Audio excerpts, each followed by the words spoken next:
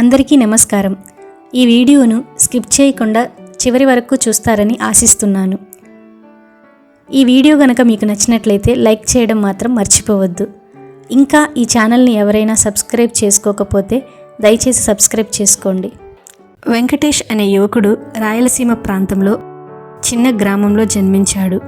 అతని తండ్రి ఓ పేద రైతు. చిన్నప్పటి నుంచి చదువులో తెలివైనవాడు.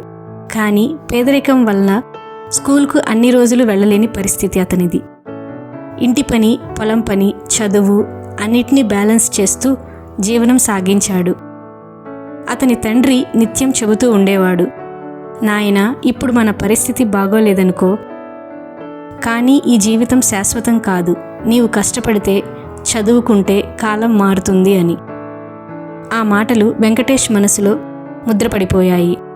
ఇంట్లో ఒక ట్యూబ్లైట్ కాంతిలో పాత పుస్తకాలు చదువుతూ తన లక్ష్యాన్ని మాత్రం మర్చిపోలేదు. ఇంటర్లో జిల్లా టాపర్ అయ్యాడు. డిగ్రీ పూర్తి చేసి యూపీఎస్సీ సివిల్ సర్వీస్కు సిద్ధమయ్యాడు. కానీ మొదటి 2 సార్లు ఫెయిల్ అయ్యాడు. కుటుంబంలో నిరాశ, గ్రామంలో ఎత్తిపొడుపులు ఇలాంటివి చాలా ఎదుర్కొన్నాడు. కానీ వెంకటేష్ మాత్రం ఆగలేదు. 3వ యూపీఎస్సీలో ఆల్ ఇండియా 12వ ర్యాంకును సాధించి ఐఏఎస్ ఆఫీసర్ అయ్యాడు. అతని కథ ఇక్కడే ఆగలేదు. మొదటి పోస్టింగ్ మధురవాడలో కలెక్టర్గా వచ్చింది. జనం మదిలో పల్లెటూరి అబ్బాయి మాకో దేవుడిలా వచ్చాడు అనే అభిప్రాయం కలిగింది.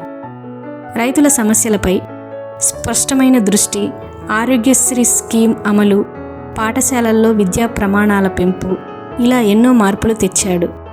కానీ విజయానికి ఉన్న భూమిక అంతే, ఒడిదుడుకులు కూడా వస్తాయి. ఓ రాజకీయ నాయకుడికి నచ్చని విధంగా కొన్ని అవినీతి పనులపై వెంకటేష్ చర్యలు తీసుకున్నాడు. ఇది అతని పోస్టింగ్ మారటానికి దారితీసింది. తప్పుడు ఆరోపణలతో సస్పెండ్ చేశారు. ఒకవేళ ఆ దశలో ఇతనికి మానసికంగా సహనం లేకపోతే తన జీవితమే నాశనం అయిపోయేది. కానీ అతనికి మధురంగా గుర్తొచ్చింది తండ్రి మాట, ఏదీ శాశ్వతం కాదు, ఈ బాధలు కూడా పాస్ అయిపోతాయి అని. అతను డిప్రెషన్కు లోన్ కాకుండా ఆ సమయంలో పుస్తకాలు రాయటం మొదలుపెట్టాడు. కాలమే మారుతుంది అనే పేరుతో అతను రాసిన మొదటి పుస్తకం బెస్ట్ సెల్లర్ అయింది. ఆ తరువాత పలు ప్రభుత్వ విచారణల్లో అతను నిర్దోషిగా రుజువై తిరిగి సర్వీసులోకి వచ్చాడు. సర్వీసులోకి తిరిగి వచ్చిన తరువాత వెంకటేష్ తన మనస్తత్వాన్ని పూర్తిగా మార్చుకున్నాడు. గతంలో ఎంతో గర్వంగా ఉండే అతను ఇప్పుడు వినయంగా ఉండటం నేర్చుకున్నాడు. అనేక మంది యువతను గమనించి వారికి ప్రేరణ ఇచ్చే కార్యక్రమాలు మొదలుపెట్టాడు. ఒకరోజు అతను తన తండ్రిని తీసుకొని తన పాత ఇంటికి వెళ్ళాడు. నాన్న, నీ మాటలు లేనిదే నేను ఏమీ కాలేను. మీరు చెప్పినట్టే ఏదీ శాశ్వతం కాదు, కష్టాలు కూడా కాదు, గర్వం కూడా కాదు, అన్నీ తాత్కాలికమే. ఆ మాటలు విని తండ్రి కన్నీరు పెట్టుకున్నాడు. కొడుకు ఐఏఎస్ అయ్యాడని కాదు, పక్కాగా మానవతా దృష్టితో మారిపోయిన మనిషి అయ్యాడని గర్వపడిపోయాడు. వెంకటేష్ తర్వాతి జీవితం సేవా దృక్పథంతో సాగింది. అతను ఒక పాఠశాల మొదలుపెట్టాడు. అక్కడ పిల్లలకు చదువుతో పాటు జీవితపు మార్పులపై బోధనలు అందించేవారు. ఒకరోజు ఓ విద్యార్థి వెంకటేష్ని ఇలా అడిగాడు, సార్, మీరు ఇంత మారిపోయారు, మీకు భయం అనిపించిందా అప్పుడప్పుడు?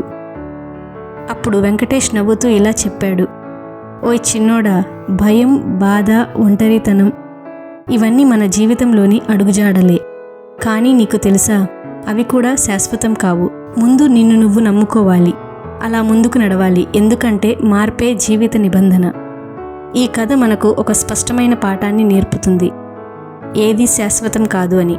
బాధలు శాశ్వతం కాదు, విజయం శాశ్వతం కాదు, అపజయం కూడా శాశ్వతం కాదు. మనసులో ధైర్యం ఉంటే ఎలాంటి శూన్యంనైనా నింపవచ్చు. జీవితం నీటిలా ప్రవహిస్తుంది, ఒకే చోట నిలిచిపోదు. మీరు ఈ ప్రవాహానికి తట్టుకొని ముందుకు వెళ్తే మీరు సాధించలేని శిఖరం అంటూ ఏదీ ఉండదు. ఈ వీడియో గనక మీకు నచ్చినట్లయితే ఈ ఛానల్ను తప్పకుండా సబ్స్క్రైబ్ చేసుకుంటారని ఆశిస్తున్నాను. Thanks for watching. Please like, share and subscribe to this channel.